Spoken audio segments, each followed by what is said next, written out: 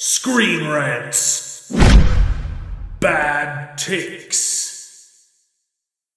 This one pisses me off though. Oh my goodness! I've been seeing so many articles with the same exact title: "Harsh realities of rewatching fill in the blank." It's crazy that so many people are complaining about the quality of Rings of Power because if we take a closer look at the Peter Jackson's trilogy, we will notice some glaring flaws that, now that time has passed, are hard to overlook. Glaring flaws like the jokes weren't very funny. Always a matter of personal taste. It's not supposed to be a comedy. Have you laughed at any of the jokes in Rings of Power? No. Yeah, it's a good point. The jokes in The Lord of the Rings are hilarious. Yeah. It comes in pints. What about second breakfast? Levensies, afternoon tea? Has he heard of those? Where are we going? It's so the good. Humor is amazing. I can't think of a single joke that doesn't land. Yeah, especially in the first one, Fellowship. There's lots of jokes and banters with the hobbits. It's great. You want to know the reason why the jokes land? Because, well, first off, the writers are good, but second off, the characters delivering the jokes are charming and you like them. And they're relatable. They're not like Galadriel, who you hate. Yeah. Other glaring flaws include Boromir's character wasn't as deep in the theatrical version. So watch the extended version. Yeah. They didn't have a lot of time in the theatrical versions. They were already 4-hour movies. He literally agreed to do the theatrical versions, recognizing that you couldn't put a 4-hour movie in the theaters, especially at that time. And he said, okay, I'll cut it down to this to be the theatrical version if you can guarantee that I'll get this director's cut, the extended editions that we can release on DVD. Yeah. I wonder if the rest of the things are going to be, the theatrical version leaves out Saruman. It's funny you should bring that one up. Is that the next one? Yeah, that's the next one. Yes. Saruman's fate isn't resolved in the theatrical version. Then watch the extended version. Yep. Maybe they'll give us I watch every time. Maybe they'll give us an extended version of Rings of Power that will somehow make sense and please somehow... God no. They are already too long. I have trouble staying awake during these episodes of Rings of Power. Yeah. Yeah. Number 7, Elrond wouldn't just let Isildur walk away. Well, also, he wouldn't. Invisible. He also wouldn't get a haircut that makes him look like a moron. So, touche. Yeah, you know, the ring that turns you invisible when you put it on. Elrond wouldn't have had a choice. Yep. And that's the thing is like that's straight from the actual story, the actual Tolkien story. Like, you mean the movie was lore accurate? And you're like, oh, you mean it's hard to overlook on a rewatch because now we're used to things breaking and shattering canon. Yeah. Faramir's characterization is frustrating. Sure, again, fixed more so in the extended version. I agree that Faramir is better in the books than he is in the movies, but he was already my favorite character in the movies before I'd read the books. Because he's cool in both. Yeah. He figures it out, even though he's because he's struggling with the expectations of his father and living up to how his father views Boromir. So he's like, he does actually recognize, even in the movies, he does recognize the danger, but he's trying to like be patriotic and do what he's been told to do. And then he realizes like that was a great arc. That was beautiful. Yeah. But if if any of us are frustrated by Galadriel's characterization in the Rings of Power, we're called bigots. Right. So. Yeah, double standard. Thanks for that, CBR. The Ents should have made the decision to attack Saruman on their own. Yeah, that's how it happens in the books. And I thought it was actually a good change in the movies because it made Merry and Pippin more involved in the plot. Yeah, it was great. And you kind of have to make changes like that in adaptation so that everyone's doing something. And again, it was another it's something that you would moment. It's something that you would understand if you knew how to write good television. Yeah. And going back to their first point, it's another humorous moment that it was a funny joke. They got together, they walked slow, and they took forever to deliberate just to decide that they're not going to war. And then this is the it also shows Merry and Pippin's character growth. Yeah. Well, and it's honestly, Merry and Pippin didn't convince them, oh, you have to attack. No, they tricked him. They showed him. They showed them the thing that these guys are saying here. You could argue, and it wouldn't be hard to do so because it would be correct, that the Ents did make the decision on their own. All on their own. As soon as they saw the actual things that was going on, which Merry and Pippin tricked them into seeing, but once they saw that, because they're saying like, oh, the Ents should have been willing to defend Fangorn Forest on their own as soon as they saw the trees being destroyed. Well, that's when they decided to make that, and they did make that decision. Yeah. Once they saw that that's what was going on, they made the decision not to when they didn't realize what was happening to Fangorn Forest yet. Yeah, because most of them were just like sleeping and not doing anything. Most of them were sleeping. There were a lot fewer of them than they were just brooding over their lost Entwives. Yeah. Exactly. These are the dumbest. They're we're only halfway. We're only halfway through, though. We're only halfway through, boys. But the Lord of the Rings is problematic.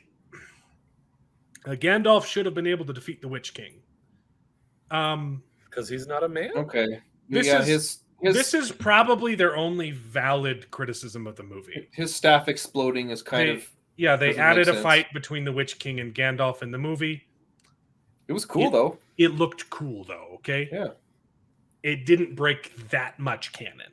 Yeah, it didn't break canon. It just compared to what we're dealing with Rings of Power. Yeah, it's minuscule, boys.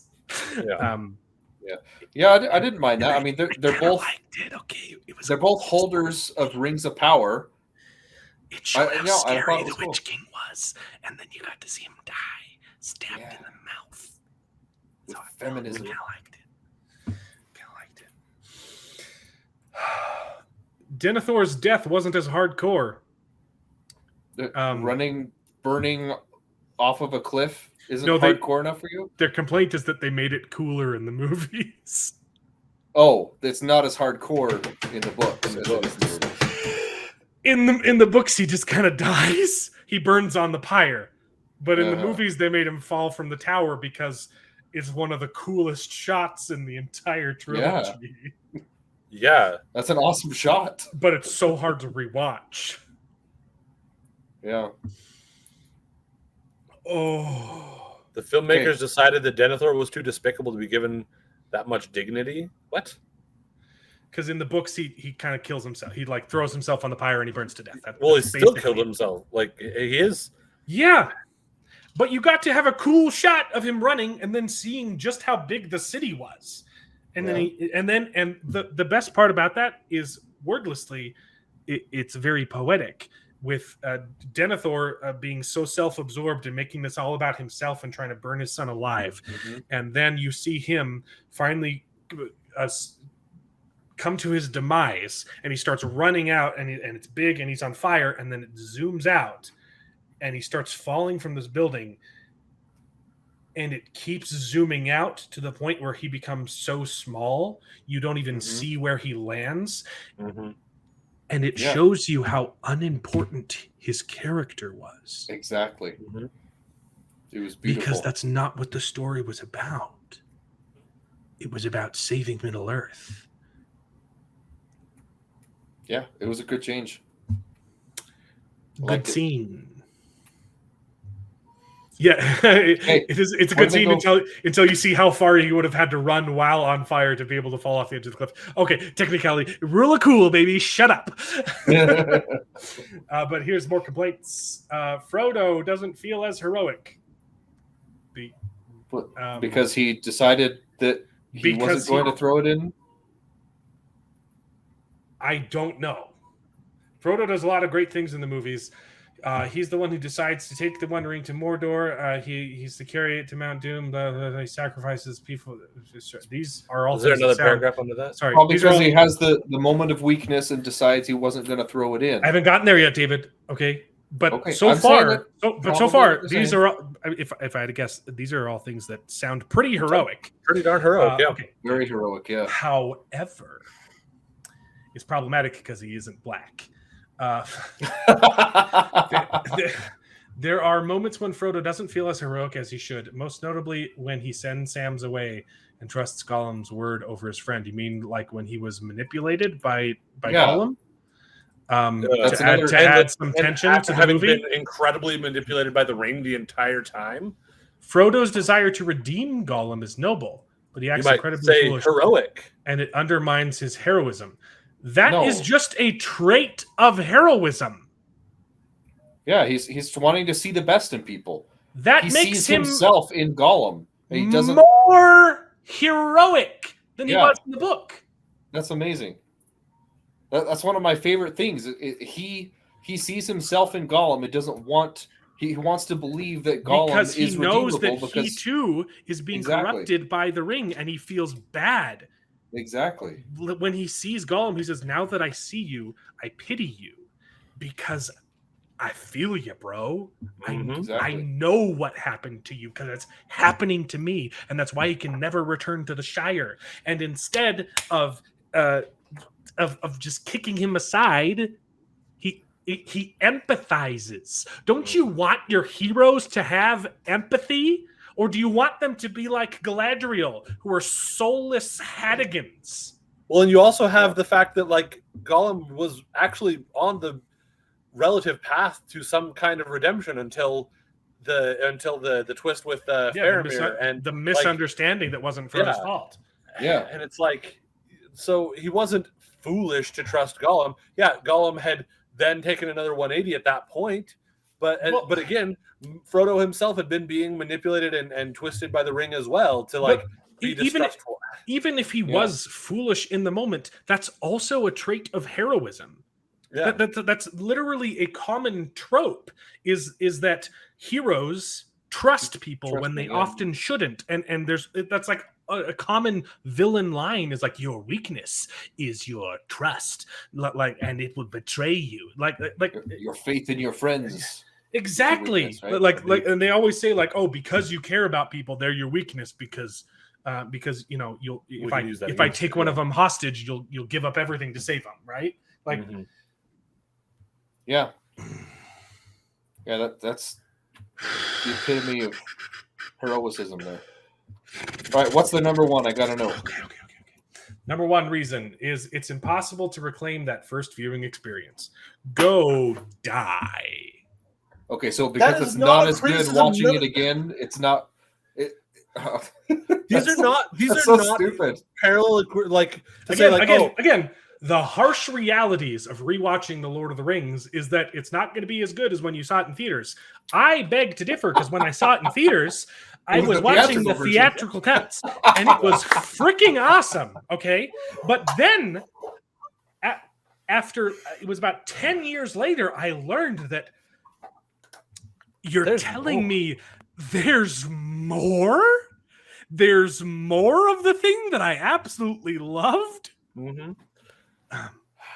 Every single time I rewatch these films, I find something new to love. Mm-hmm. And that is what makes them great. They are timeless masterpieces because of how poetic they are and because of how much care these people put into creating Tolkien's legacy. Mm-hmm. And Rings of Power doesn't hold a candle to these films, despite the billions of dollars pumped into them. Mm-hmm. Yep. Like, again, like we can say, Rings of Power looks pretty. It looks phenomenal. Mm-hmm. But the dialogue is so cringy. You can tell that these people didn't ever really care. Yeah. Money can't buy passion. Yep. The other thing that I think is a little like, I've heard people point out that even the Lord of the Rings films, they play around with the canon. They play around with it. They change and alter things here and there a little bit. So it's like, if you want to make a criticism like this to say like, oh, you guys are having a problem with the fact that they've changed things from the books, and you want to point out some of those things, it's still not going to be a great comparison because there's little changes as opposed to like wide sweeping changes that completely change like the entire not just the arc of a character. Because one of the examples that I've heard a lot about is Aragorn doesn't have a character arc in the books because that's not the point of the books. But they make it more interesting in the films by giving them a character arc. Yeah. And there are people that complain about that. I know people that don't like that because they liked their Aragorn the way that he was in the book. But that's so different than being like, oh, we're going to take all these things that don't fit in the same time period and we're going to put them all in the same time period and we're going to make this person on a totally different, like, we're going to completely remove Galadriel's husband so that she can have a love affair with Sauron. Yeah. Well, and you can even say like, okay, so maybe you decide to change your character so that she'll have a character arc that goes from this warrior to this wise, queen or whatever later on, except that they don't set that up to be anything that allows her to show that growth. Because you see from the beginning, Aragorn is wrong about the fact that like, oh, he's nervous about it or whatever that is his reason behind it, and he grows and realizes, no, I do need to step forward and do this. Yeah. But she's not going to be able to have that kind of an arc because she's right, kind of. Even though she's, I don't know. Yeah. The only arc that they could pull off for her is her realizing that she can't do this alone and she needs other people. Yeah. And she needs to rely on them and have. But that's still not even going to really be a good arc. That's going to bring her to where we see her in the Lord of the Rings films. And exactly. It's one of those things where like honestly, the articles like this frustrate me because to your point, they're just tearing down or they're trying to tear down the thing, the originals, but. If you feel like there's an argument to be made about something like, hey, you guys are saying there's a problem with the changing canon for this show. Well, this one changed canon. Make the right argument, even if, as we've just demonstrated, I know just off the top of our heads, we can come up with better reasons. Yeah, we can come up with better and we weren't paid by Amazon to write this article. Well, you could say, there's the thing with Aragorn, there's the lack of Tom Bombadil, there's a lot of things that were not in the movies that were in the books. That we could point that out and we can say that's not okay, but whatever. Just make an actual good argument if you're going to make an argument instead of just saying like this is terrible, Because they don't have a good argument. Right. Yeah. They're just making lists and pumping out content. Because they are inherently wrong. Well, and again, they can even be wrong, but like at least make the right kind of argument that you can be wrong about, if that makes sense. Again, the problem is they're not coming at this from a place of truth. Well, they're not coming at this from a place of passion. If they actually cared about these things, they would be able to say what we've said. Mm-hmm. I can come up with flaws from the movies. Mm-hmm. And these people can't because they never cared about them. Yeah. Yeah. I can't tell you the number of times I've watched these movies either. I genuinely do not know. It's been so many times. Yeah. Yep. They were my birthday presents each year that they came out. They are absolutely perfect. Go watch them on my birthday or for my birthday. They came out right around then. It's a good birthday present.